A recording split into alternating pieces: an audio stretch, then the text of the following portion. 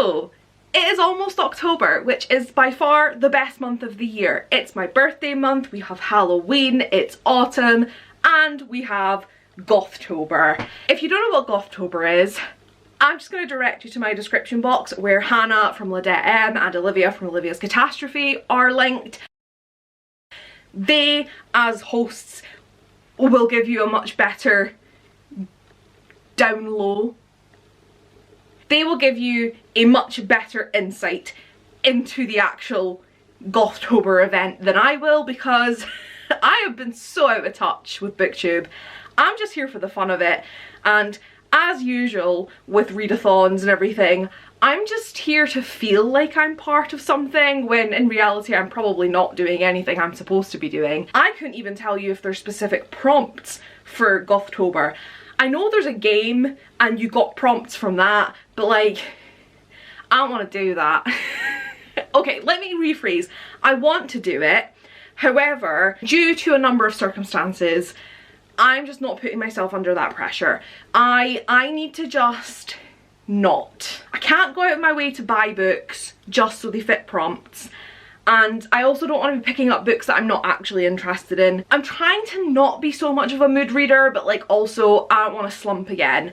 So we're gonna do as Emma does, and we're just gonna stretch things. But rather than even taking the prompts and stretching them, I am stretching the entirety of Gothtober to fit my personal decisions. The overall vibe of Gothtober is to read gothic fiction, and I don't know if I have a lot of gothic fiction because I don't really know what actually counts as gothic. So what I've done is I have pulled, not all of these, don't get too excited. I have pulled a selection of books that either feel gothic-y to me or I just feel like are a general spooky season vibe, and I'm just gonna maybe read some of those next month. It's not really a TBR, it's more just a I needed content, so let's talk about the books that I've pulled out that might fit for Gothtober but might not. So this will be quick because I don't know what I'm doing.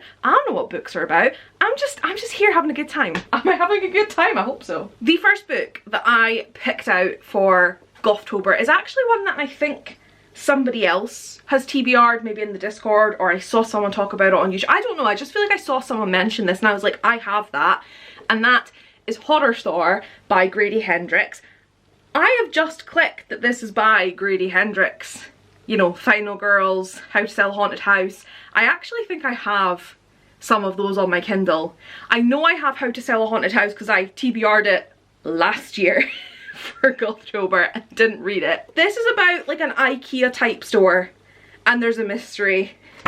I don't know, but this is on the TBR. This is like, if you said to me like make a Gothtober TBR, this would go on it. The rest are just like vibes, and a lot of them it's like I've had this for so long and if I don't pick it up now I'm never going to, so it's made the list. I don't know. Speaking of Kindle, I have The Grimrose Girls because Hannah mentioned this in her diverse Gothtober recommendations, so this is also on the TBR. Speak to me in November and we'll see if this so-called TBR happens, but I have no idea what it's about. I don't even know who it's by. I just know I have it, so yeah. Another book from Hannah's recommendation video was If We Were Villains by ML Rio.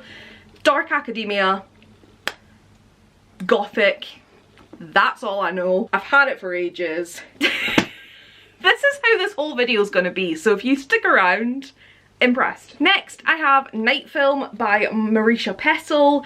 I'm sure people know about this. It's one of those sort of epistolary novels. Is epistolary when it's written in letters, or is anything that's like mixed media count? I don't know. It's one of these ones. People know about it. I'm intrigued. I've had it for so long. I want to read it. I don't know what it's about. Damp October Night. That fits the vibe in my opinion. This I don't think fits the vibe. I'm not sure why I grabbed it, but I did. Goldilocks by Laura Lamb. I actually have, this is an ARC, I actually have a finished copy. I got both in the same charity shop on different occasions because I forgot I had it. But this is about environmental disaster, greed and oppression, the planet's in crisis, and one woman can tip it over. It's The Martian meets The Handmaid's Tale, so it's like sci-fi thriller. It's gothic now. I have Bunny by Mona Awad. I don't know if it's gothic, but I know it's got like vibes. Why is vibes just the answer to everything? Vibes is literally the, I don't want to articulate my thoughts. I can't articulate my thoughts. I'm just going to say this and move on. I know a lot of people love this. I have no idea what it's about. Thriller, horror. I'm realising I conflate the word gothic and horror, and I know you can get gothic horror, but not all horror is gothic. But in my mind, horror gives me that gothic vibe, so there we have it. I feel like I don't need to try and read the back of this. This is one of those books where I've deliberately not read anything about it. I just want to go into it. But like, if you've been on BookTube any amount of time, I'm sure you have a better understanding of what this book is than I do. I have pulled out some middle grade books because I do have quite a few books on here that are more adult, highbrow, intense, dense, out of my comfort zone. And so I just want to make sure I've got some easy, quick, light reads so I don't get slumpy. And the first of those is The Diamond of Drury Lane by Julia Golding. And I do also have The Cat Among the Pigeons, but I think this might be book 3. Perhaps it is book 2, I'm not sure. But this especially, I know this exact copy is mine from when I was like a kid. This was published in 2006. I don't know if I ever read it, but it's set in 1790. So again, like I conflate horror and gothic, anything set pre-1900, in fact anything set pre-1930 is gothic. So that's why these have made it. Continuing with the middle grade vibe, we have The Incorrigible Children of Ashton Place, The Mysterious Howling by Mary Rose Wood. I don't know what it's about. Children and an academy, and I'm getting Victorian era vibes, so clearly it's gothic. The Scandalous Sisterhood of Prickwillow Place by Julie Berry. Again, it's giving Victorian vibes, and that's gothic. So if you expect a synopsis, you're not getting it. I don't like synopsises, they spoil things. A Most Improper Magic by Stephanie Burgess, again with the Victorian vibes. And it does say on the back, at 12 years old, any proper young lady should be practicing her embroidery and keeping her opinions to herself. That is very Victorian era attitudes. So, as I say, I just want a couple like short middle grade books that I know will take my attention if I need a little break. And I think this one, you know, given the magic being in the title, this one has magic, and apparently it's a series, so good to know. The next 3 might actually be middle grades with gothic vibes, or it might just be my idea of gothic vibes. But I have The Garden of Lost Secrets by A.M. Howell. This is set in 1916, so that's why I'm getting the vibes there. I think Hannah actually sent me this one, so it's connected to Hannah, which therefore connects it to Gothic and Gothtober. So I believe, I want to say this is like a Secret Garden retelling. Seems like it. I have The Griffin Gate by Vashti Hardy. This is Barrington Stoke. So when I say I want a quick, easy read, this is the one. But this is about some teleport technology and people fight crime across Moorland. That's my grand's surname. Fun. Yeah, I mean, look at that cover.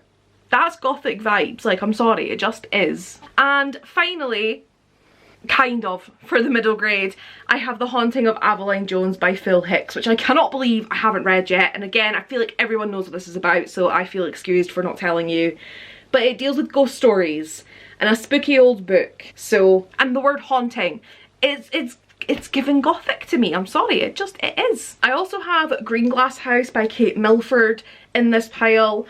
But I feel like this is more of a November read for me now that I'm looking at it again. So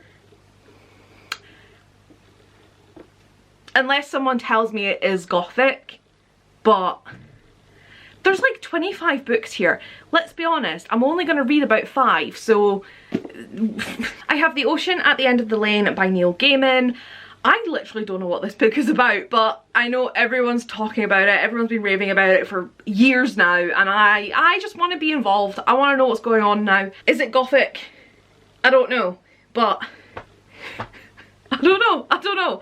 I think I just started pulling books out and being like, you've had this for too long, just pull it out and maybe you can read it. Like, does it fit the vibes? Does it fit the prompts? Does it fit? I don't know, but I would like to reread The Diviners by Libba Bray. I don't really know if it counts as gothic, but it called to me, so perhaps I will reread it in Gothtober, because it's really gothic.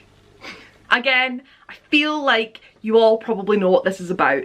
I have literally read this book and I can't tell you what it's about, but I did listen to it on an audiobook when I was slumpy, like probably a few years ago now, so I just don't remember. But I do feel like had I read it physically I would enjoy it more, so I pulled out One for All by Lily Lainoff from my cupboard because when I first started pulling books out I was trying to follow some of the prompts from the Gothtober game, and one of the ones I got was disability rep, and I'm pretty certain this has disability rep. It's definitely not gothic.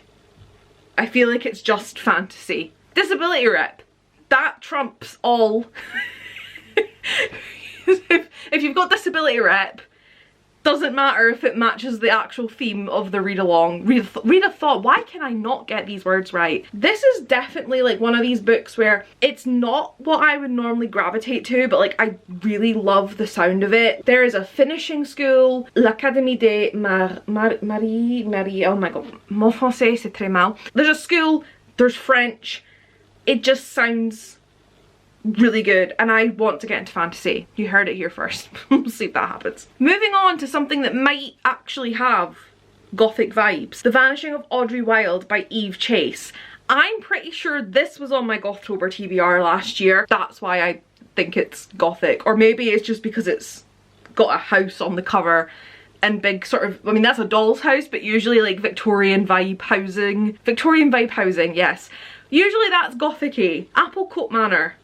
Like, that just sounds like a gothic place. I don't know. I picked up The Dark Days Club by Alison Goodman. This, again, is set in the 1800s, so that immediately gives me gothic vibes. I don't know if it is, but I've wanted to read this for so long, so I got Ridley cut off. Basically, I'm just giving myself an excuse to read this book now. I told you, I stretch things, and I'm not even stretching at this point. I'm literally just showing you a random accumulation of books that are vaguely within the similar vibes of each other. Okay, this one has to count as gothic. If this one's not, like, surely this is gothic. A Map of Days, but by Miss Peregrine.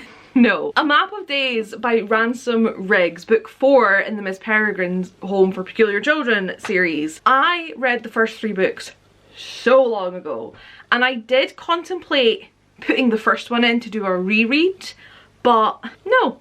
For some reason I felt like nah, we'll just go straight to book 4. I feel like the first 3 kind of rounded off well enough that like it's because maybe I'm completely wrong. Yeah, so like it is a continuation, but I don't want to spoil in case anyone hasn't read, but like those 3 kind of end and wrap up, and then I don't know. Listen, it's a continuation, but I feel like there's enough of a break between book 3 and book 4 that I can kind of jump in, and it's not, I feel like anything I need to remember from there might be mentioned, and if not I'll just be confused and it's fine. Surely this is gothic vibes, like watch me not find a photo. I'm finding more modern looking photos. That is fucking terrifying. Do I want to read this? I'm really surprised past me read this because like creepy photos. You've got all these old pictures and I just feel like that's gothic, so we're going with it. Next up, again with the old sort of Victorian manor house looking thing giving me gothic vibes, we have The Monsters of Rookhaven by Padraig Kenny. I don't know why I put that kind of an accent on for Padraig, but I did. Again, do I know what this is about? Nope. Orphan Brother, Stumble Upon Rookhaven, Tear Between Two Worlds, Monsters, old Victorian looking house. It's gothic. And coming in to the final 3, we have Vasa in the Night by Sarah Porter. Literally not got a clue what this is about. I just know it seems a bit weird. I got it in an owl crate, like one of my first ones years ago, and the premise was like weird. I don't know. Based on Russian folklore, I think. Inspired by the Russian folktale Vasilisa the Beautiful. So I don't know. I don't know if it's necessarily giving me gothic vibes, but it's giving me autumn, Halloween, dark nights, time to read this book vibes. I have The Twyford Code by Janice Hallett.